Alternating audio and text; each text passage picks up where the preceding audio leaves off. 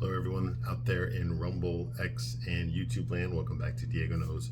Of course, I'm Diego, and today we're going to continue to talk about Mean Girls from 2004. No matter how many videos it takes, I'm going to get through the whole goddamn movie, and then I'm never going to review it again. I'm never going to talk about it again, all right? I'm Diego, and what I do here is I give you a straight man's point of view, all right? So I'm not going to pull any punches. I'm not going to hold back. I'm not going to lie to you. I'm not going to tell you what you want to hear. I mean, I hope that you like the stuff that I say, but if you don't like it, that's fine. You know, you don't have to agree with me, okay? I understand the type of people that watch these movies is not me, okay? I'm not the fan base. I'm not the target audience here, okay? This movie wasn't meant to please me. It was meant to please you. Okay, so if you got pleasure out of it, then that's good. The movie did its job, and apparently it did its job pretty well, because pretty much every woman I know has referenced this movie at one time or another, or told me how it's so realistic depiction of high school, you know, in the popular girls clique in high school, and how they mistreat everyone else, and like, you know, I've heard it so many fucking times. Okay, so I agree with its authenticity as far as that goes. Yes, I mean, I went to high school too. Okay, suburban USA. Okay, I know what it's like. I know the popular kids, the dweebs, the sluts, the dorks, you know, the dickheads, you know, all that. I know. All right. In my generation, we had the jocks, you know, the preps, you know, we had the ropers, you know, if you're from down south, you know what that is. Okay, we had the waivers, you know, I mean, all sorts of shit. We had different cliques, all right? So, yeah, so I understand the hierarchy, the social status stuff, you know? And the fact this movie points that out is a pretty good idea. I mean, it's done in every fucking CW fucking high school show out there on Nickelodeon or whatever. But at least here, it's more like, okay, it's more like the dark side of that. Okay, which we don't see too much of. We see more of it now a little bit, but now we've got social media, so like everything's done online now. Everything's done, all the shit talking and stuff, the bullying. It's all done on your iPhone or your Android. It's not done like in person anymore the way it used to be back in the old days. Okay, you know, we didn't have internet when I was a kid. Okay, there was no cell phones. None of that shit existed. Okay, people talk shit. It was very in your face. Okay, like you went to school, and people gave you funny looks. That's how you knew someone talked shit about you. Okay, that's how it was back in the day. Okay, no online bullying. And this movie is a good depiction of that, of showcasing that. Okay, that this was a different time. Okay, but even though, you know, times have changed, you know, they haven't in a lot of ways. Okay, bullying still goes on.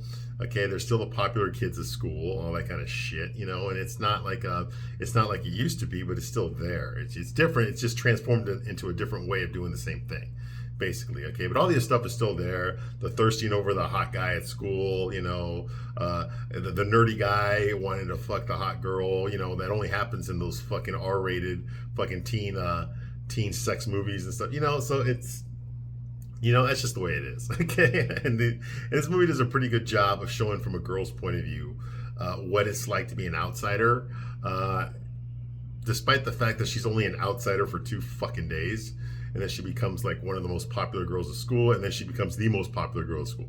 And so this movie makes no sense as far as that goes. So you got to check your brain at the door. And that's the biggest problem I have with it. I think that if they'd taken this a little bit more seriously, or just made it a little bit more realistic, I think it could have been a much better movie. I think they should have done more with the guys. Okay, they should have had guys actually acting like guys instead of just being ancillary, you know, idiots. Everyone in this fucking movie is an idiot except for Katie. Okay, and that includes the teachers and the adults.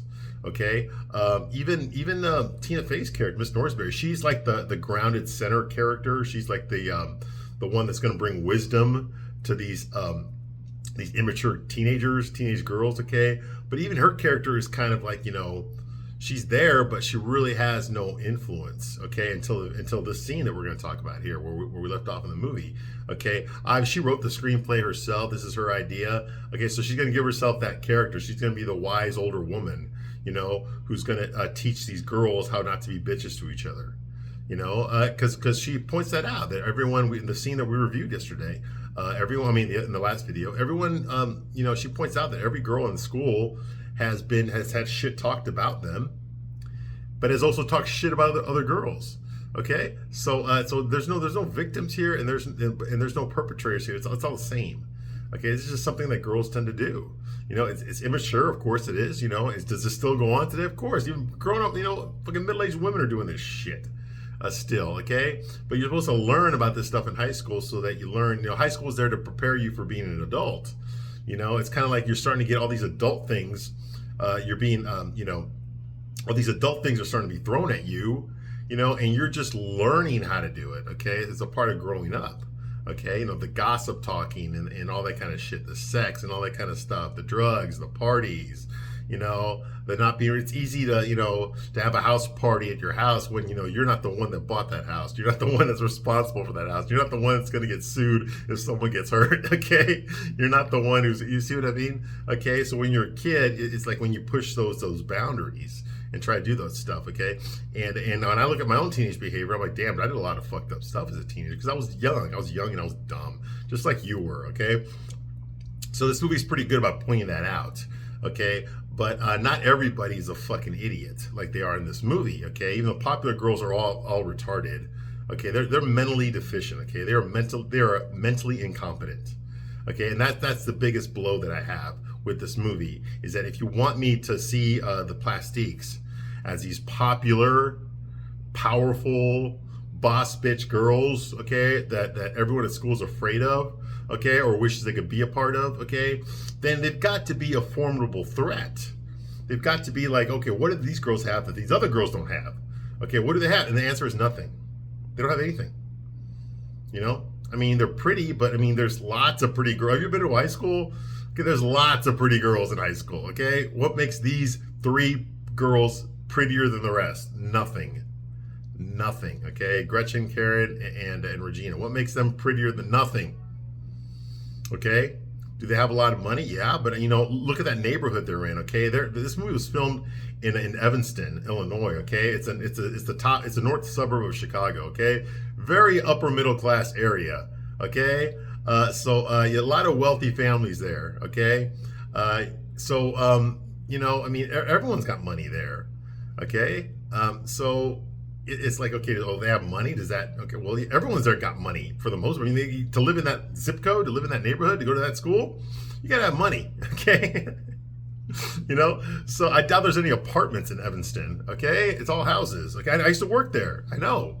Okay, I know the crowd that goes in there. Okay, I used to run a bar right across from Northwestern University.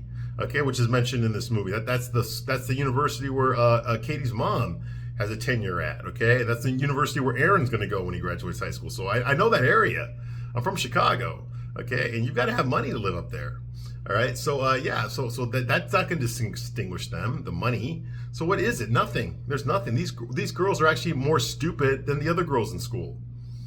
And that makes no fucking sense, okay? You can't be the most popular girls at school and then be so easily overthrown like that. And Regina is. I mean, really, Katie doesn't have to do that much work, okay? I mean, she didn't even plan the thing. She didn't even come up with the whole plan about how it's going to get done, okay? Janice came up with the plan. Janice, this closeted lesbian, I mean, I don't know, okay? I mean, she's unattractive. She's got a terrible attitude. She's all gothic, and she's just fucking angry all the time. You know the type, okay? This girl has just got a chip on her shoulder, you know, at everyone.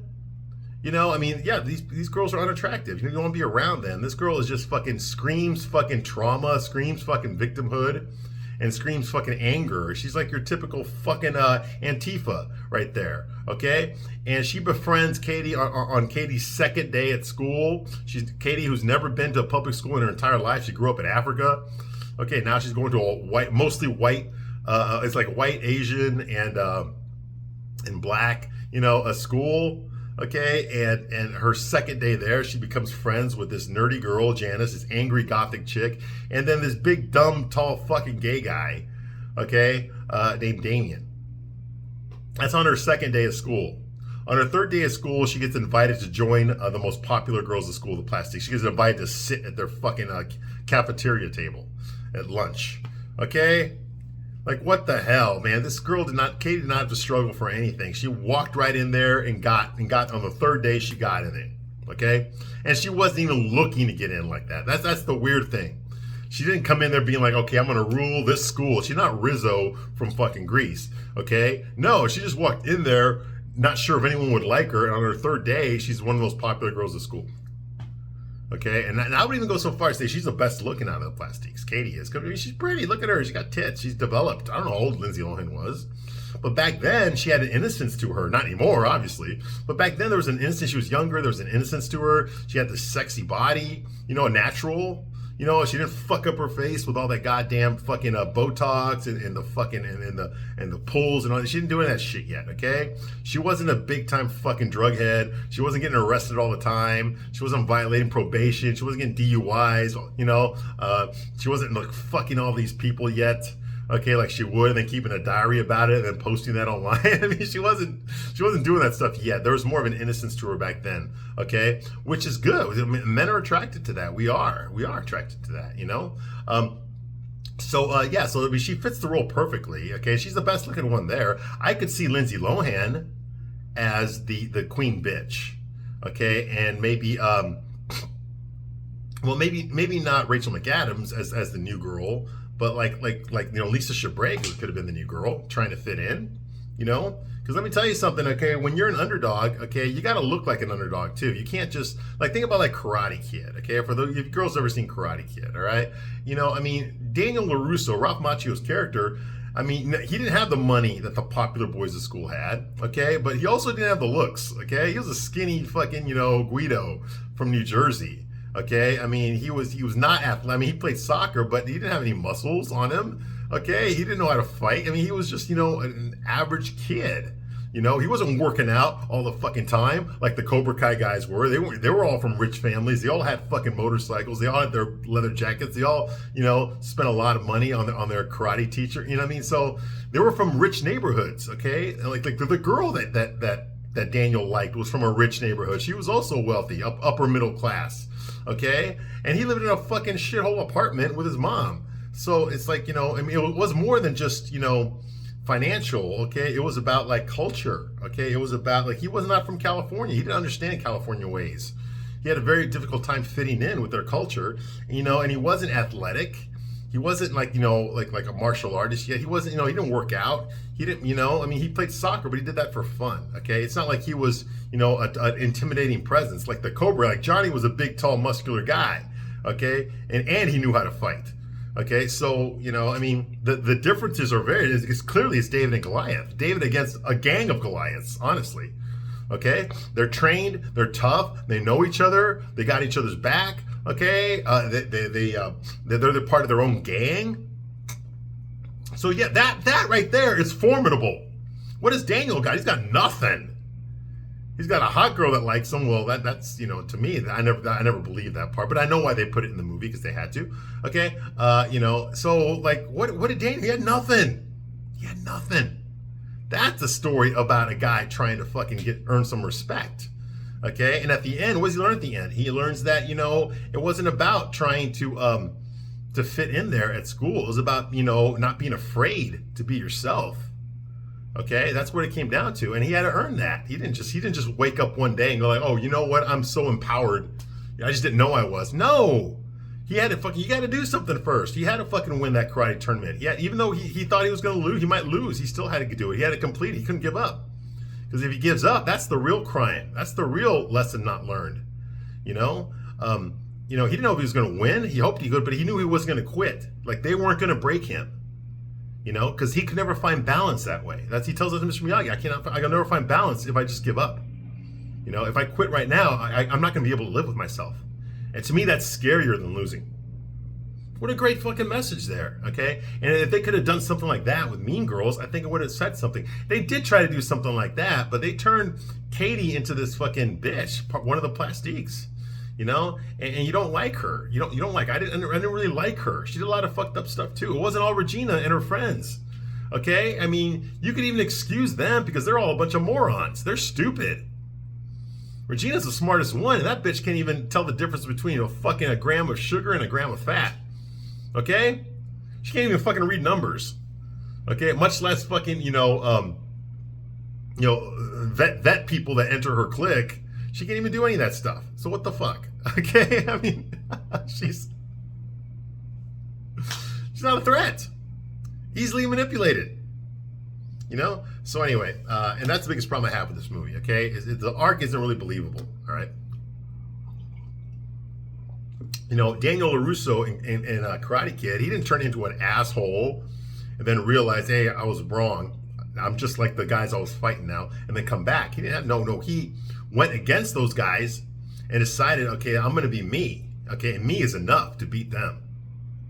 You know? What a great fucking message. Anyway, I'm Diego. I'm going to share my point of view. If you're easily offended, if you're easily triggered, get the fuck out right now. Okay, I'm not going to censor myself. Okay, I'm going to give you a straight up dose of truth, baby, with no lube. There's no lube here. The real question you need to ask yourself is, can you handle it? Can you handle the truth? Because I know you can. You can't. I know you can. Okay, but you're going to get it anyway. All right. So where we left off last time, okay, in the video, we were talking about they're in the gymnasium. Okay, we already had the fucking the sprinkler system got set off. All the girls, not the boys, but all the girls were fighting with each other in the hallway at the high school. Okay, because of the pages that were Xeroxed by Regina, and she, you know, from her burn book, which is a book that the plastics wrote terrible things about other students and teachers in there. Okay, and anyway, she Xeroxed it all and started throwing it in the flyer. Nobody saw her do it, so nobody knows who's responsible. Get the fuck out of here. She was the only one with a big stack of papers. Okay, throwing it around the hallway, and nobody saw her. No hall monitors, no nothing. Okay, even my high school in the 90s had hall monitors. Okay, and this is 2004. All right, nobody saw her do it. Okay, anyway, so she's handing out all this gossip shit, you know, from the burn book, which there's nothing really wrong with having a burn book. The only thing wrong is that she spread it around the school. Okay, but if she's gonna do that, then she should not have turned the actual burn book over to the principal first. Okay, because who's the first person, if this was a real movie, who would be the first person you would think of? Who did this?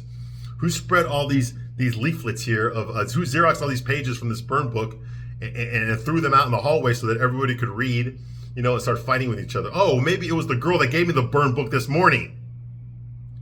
You see what I mean? It's pretty easy to deduce. You don't gotta be fucking Sherlock Holmes, but nobody figures it out in the movie. They have to have this whole big investigation to find out who wrote it and blah, blah. Get the fuck out of here, man. You know, that part's not believable. So anyway, so he puts a stop to it. He calls all the girls into the gymnasium. He can't talk to these girls because he's a man, Tim Meadows. He's a dumb man. He's supposed to be principal. So what happens? He brings in Miss Norsberry, Tina Fey's character. She's the math teacher.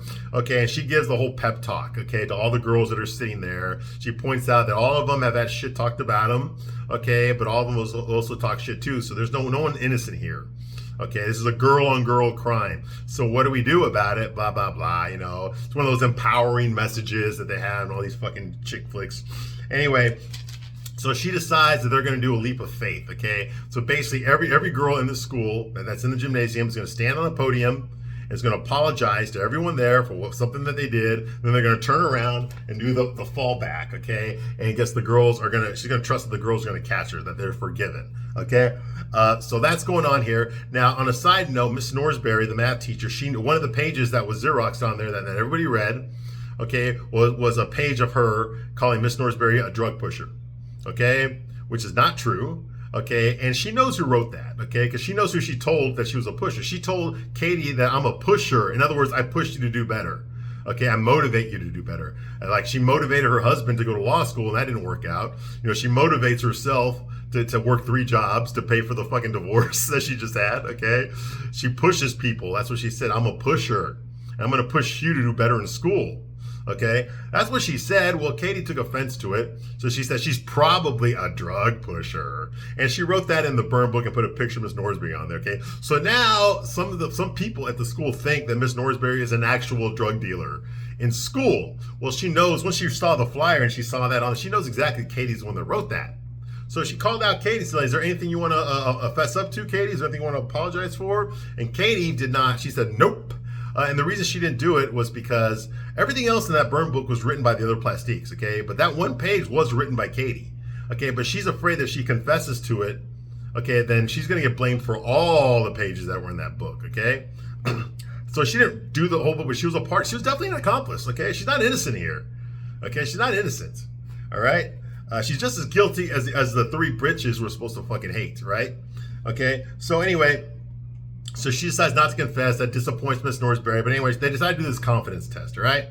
So Gretchen, the fucking mentally handicapped. Gretchen is a fucking retard. It's retarded. Okay? Like, she's fucking retarded. Like, she thinks that her tits can tell when it's raining outside.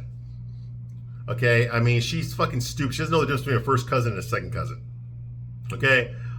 She says she can fucking, she has telepathy or some shit. You know, I have a fifth sense or some stupid shit like that. She has ESPN. You know, that's how dumb she is. Okay? She's a total fucking idiot. How does a girl this stupid be one of the most popular girls at school? It's impossible. It would never happen in real life. Okay? A girl like that would be ridiculed every fucking day, and you know she would. Okay? No matter what. I mean, she's okay looking. She's not ugly or anything like that. But, you know, unless she's like got the body of like a porn star or something, you know, there's nothing about her that's going to make other girls want to be like her. You see what I mean? Okay, hence she would not be the most popular girl at school. One of the most popular girls at school. All right. So anyway, so she's up there, okay, and she apologized to Lacey, okay, for Lacey, that's another plastique, okay, a Jewish girl whose father invented the toaster strudel. Yeah, right. No, in real life, that didn't happen, okay? And it wasn't a Jewish guy. It was actually an Italian guy that invented the toaster strudel, okay? Anyway, she tells Gretchen, that's Lacey Chabray's character, hey, I'm sorry that I made fun of you for having diarrhea at the Barnes & Noble, and I told everyone about it. But okay, so now Gretchen, it's her turn to come up there on the podium, all right? You know, and she goes up there on the podium and she tells everyone, I'm sorry that people are jealous of me for being popular. I can't help it. And then she does her backward fall, okay, but only Karen, dumbass Karen, is there, okay, because all the other girls like back away, okay, so when Gretchen falls over, Karen's the only one there, and so she lands on top of Karen, blah, okay, which is funny, okay, and they both hit the floor hard, all right. Now it's Katie's turn to go up there and apologize for something, but she's not going to do it. She's too scared. Okay, she already feels that this is all her fault. Well, in a lot of ways it is. I mean, it's not all her fault, but a good part of it is. Okay, so she doesn't want to go up there and apologize because she still wants to fucking hide. Okay, and not accept responsibility for her actions. So she decides to skip her place in line, and she doesn't go up on the podium and apologize for anything. Okay, so instead, Janice, who is no longer Katie's friend, okay, she gave her a big, you know, fuck you earlier in this movie when Janice tried to wave to her, okay, because I mean, even though this whole plot was Janice's idea to get Katie to go in there and infiltrate the plastiques, okay, Katie actually turned into one of them and then dethroned the queen and became the queen plastique, okay, she became the queen bitch. She started lying to everybody. She lied to her parents, lied to Janice and Damon, okay, lied to fucking her teacher that was nice to her, okay, I mean, she's just a liar now, okay, and she manipulated stuff and lied to Regina, lied to the other plastiques, okay, because she felt entitled to do so. So she pretty much threw away Janice and started treating them like shit, and Damien started neglecting them, started not interacting with them, okay, and Janice realized, okay, you're not pretending to be a plastic anymore. You're one of them now, okay. You're this bitch. You're a fucking bitch. And Katie says like, well, it's not my fault. You're in love with me or something, you know. So anyway, so they're not friends anymore, okay. So Janice, okay, she decides to go up there, okay, and take Katie's spot. So she gets on the podium there. Now Apparently Regina, who used to be the queen of plastic, her and Janice used to be friends in middle school and grade school, but they had a falling out, okay? Something about Regina started calling Janice a lesbian because Janice is Lebanese and she mistook that for lesbian. So she started calling Janice a lesbian, so everyone started calling Janice a lesbian, so she became unpopular, which to me is kind of bullshit. Okay, this is not the 1950s. This is not the 60s, okay, where if you were gay at school, you got your ass kicked and people made fun of you all the time. No. It's the other way around. If you're straight at school, okay, you get your ass kicked and people make fun of you, okay? If you're a straight boy and you refuse to fucking to make out with another guy, then you're labeled a fucking homophobe and you're the one that's fucking bullied.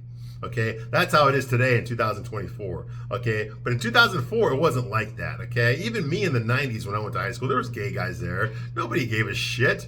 You know, they hung out with different types of people than I did. So what the fuck? You know, we didn't bully them. We didn't make fun of them.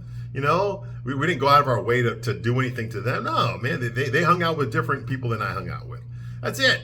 It was tolerated. It's no big fucking deal.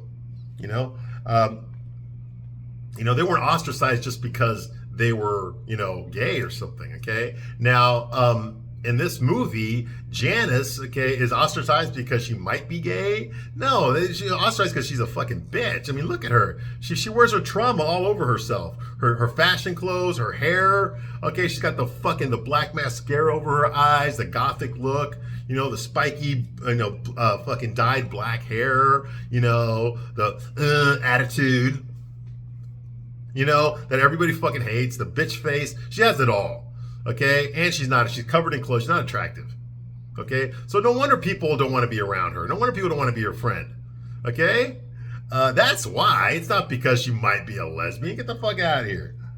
All right. So anyway, so Janice gets up there. Okay, and of course Regina makes a lesbian joke. Okay, which would not fly today. Okay.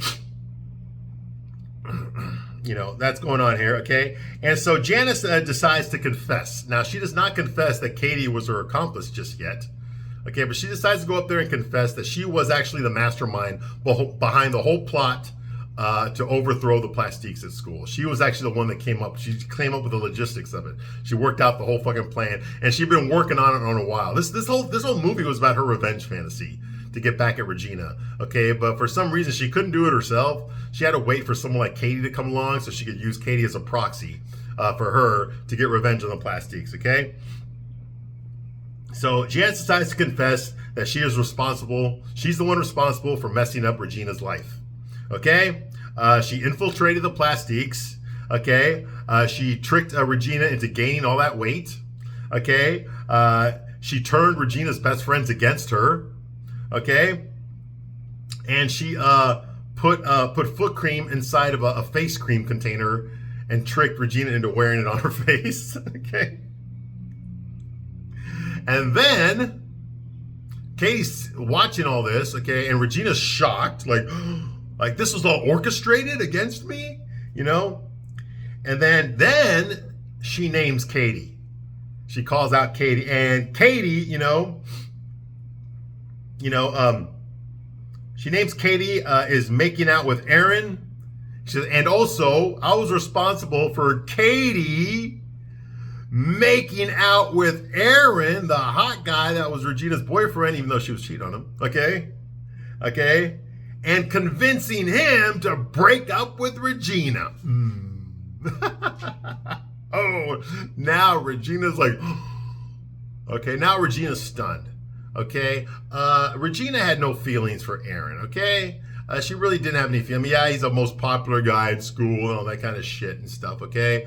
And yes, Katie had the hots for him because he sat in front of her in math class, okay? But, he was Regina's ex-boyfriend, okay? She had dumped him, okay? And she was screwing some other guy named Aaron or something, I think. I don't know. No, Aaron is him, my bad. It was some other guy. I forgot his name. But anyway, So when Regina found out that Katie had the hots for her ex-boyfriend, she said, "Oh, I'll put in a word for you. I'll talk to him at the Halloween party. Yeah, don't worry. I'll get him to come talk to you." And so that's what Katie thought was going to happen. But instead, Regina made moves on him and got back together with him.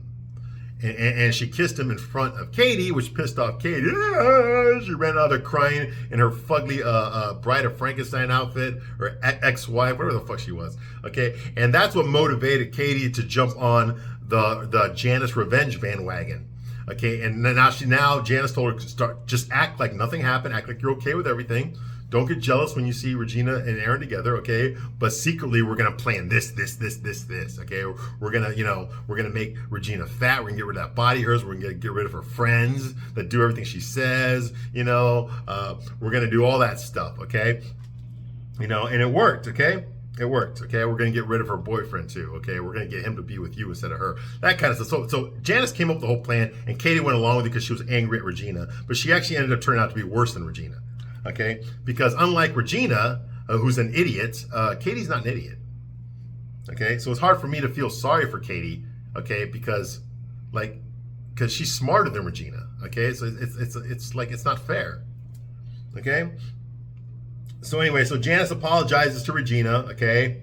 And she says, I don't know why I did it.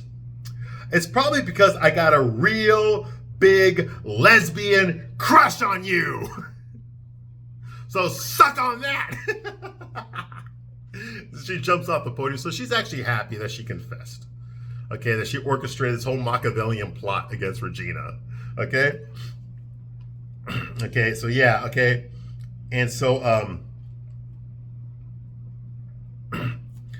she does her backward fall, and of course they catch her and they pick her up. They start chanting Janice, Janice, Janice, right?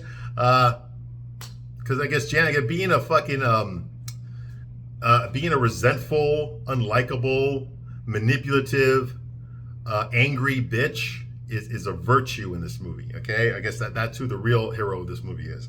All right.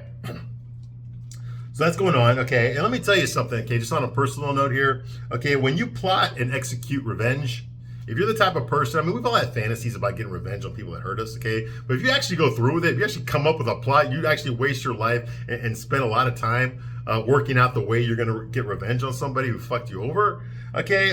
When you do that, okay, it will actually come back to you. It's gonna come back to you worse, okay? Because the universe is a way of balancing itself, all right? Okay? And let me tell you something, okay? I'm not going to preach religion here or nothing, okay? But I believe, this is what I believe. I believe that, that vengeance is not for us to give, okay? Okay? At the universe, if you look around, okay? Just think about this right now, okay? How many times have you ever seen someone that you were a little bit envious of, maybe a lot envious of, that had things that you wish you had? Maybe they looked better than you, or they had a more money than you, or they came from a better place than you, or whatever it was, okay? How many times have you done that, only to find out many years later or much later time that that's not the way it really was, and that these people actually were struggling with something, or they lost everything that you were jealous of them for? They lost it all. How many times in your life have you seen that? Probably a lot. Probably a lot. And if you haven't, look at celebrities. Look at some of these celebrities now, okay, that were fucking top of the world 20 fucking years ago. 20 fucking years ago, they were fucking up there, okay? They were up there doing their interviews, promoting their fucking drinks, okay? They were out there, doing their movie trailers, looking like badasses, okay? Their characters in the movie were fucking the hottest girls in the world, okay? They were posting pictures from their yacht. They go up on stage and talk about how they're fucking the greatest thing in the world, and then everybody would applaud and clap for them, while they act like fucking arrogant assholes, And then now they're fucking being sentenced to fucking 30 years for a bunch of shit that we didn't know they were really doing. Okay, you see what I mean? Okay, or now they're living in a fucking trailer park somewhere, okay, addicted to drugs, okay, or whatever. You see what I'm talking about here, okay? These things happen, okay, because the universe has a way of balancing itself out. There's always going to be good times. There's always going to be bad times, okay? The higher up you are, the more down times you're going to have, okay? The harder the fall, the greater the fall, okay? Life is about being up there and being down. When you're up there, you got to learn how to be humble. Quit acting like you're fucking God's gift to everything, all right? And when you're down there, you got to be hopeful, okay? This is where you are right now. It's not where you're going to stay, okay? You're gonna work your way out of this, okay? That's how life works in real life, okay? So whenever you're looking at someone and you're so jealous of what they have, okay, or you feel that because they have so much more than you have, they were able to hurt you and you can't do anything back, okay? So you're gonna find a way.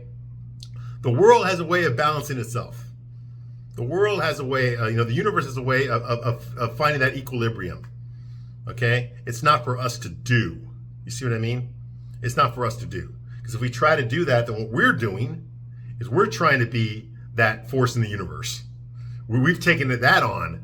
No, we're the ones that are going to bring justice against all those people that wronged me, which is good for a movie, when you do a revenge movie or something like that, but in real life, not so much, not so much. And it's not because of that stupid old adage about when you stare at the abyss stares at you, okay? I mean, that is part of it, but it's just that, it's not our place to do that, okay? God finds a way to, to give everyone what they deserve, okay? No one gets out of this thing alive. No one gets away with everything scot-free, okay? And all these people that you might fucking hate or resent because they have so much more than you do, or you think you do, you only see part of it. You only see part of their lives. You don't see everything, okay? And when it comes to some movie stars and stuff like that, of course, you're only going to see what they show you. what they let you see, okay? So you're never gonna. Do you really think like if fucking Brad Pitt were to do a little fucking home video of his family life and his house, you know, and how he's just a humble, ordinary, hardworking dad, okay? You really think that's who we really? No, that's something his publicist came up with to present to the world so that you can have a good opinion of him. Why? So you can watch the next movie he's in, okay? That's why, okay? You ever seen those stupid ass fucking bonus features on DVDs? Okay, where all the actors are being interviewed. They always talk about how this is such a collaborative experience and how they loved it so much. That's bullshit. They're just saying that shit so you can fucking as a commercial for the fucking movie they want you to buy. That's all it is. Okay, it's fake. It's manufactured. Okay. You know, maybe my generation was movie stars, but today it's all fucking these influencers and shit. You look at these fucking influencers or these fitness influencers, and all this kind of funny. You want to be like them, so you're gonna fucking follow every single word that they say. You're gonna like every post that they make because you want to be like them. You think that if you worship them, you're gonna be like them. You're not. Okay, let me tell you something. These people are gonna get theirs too. Okay, you don't see everything. Okay, you don't. You only see the part that you want to see and you make judgments on that. And that's not fair. So it better just to fucking not do it, right? Better just to fucking forgive and move on with your life. Okay? Besides, the best revenge anyway is to lead a successful, happy life. And you can't do that if you're so consumed with anger. You know, you can't do that. It's true. All right? So anyway, you know. Anyway, okay, I'm going to stop my review right here. I'll be back shortly to continue my review of Mean Girls. I thank you very much for watching this long, and I'll see you soon on the next one. Bye.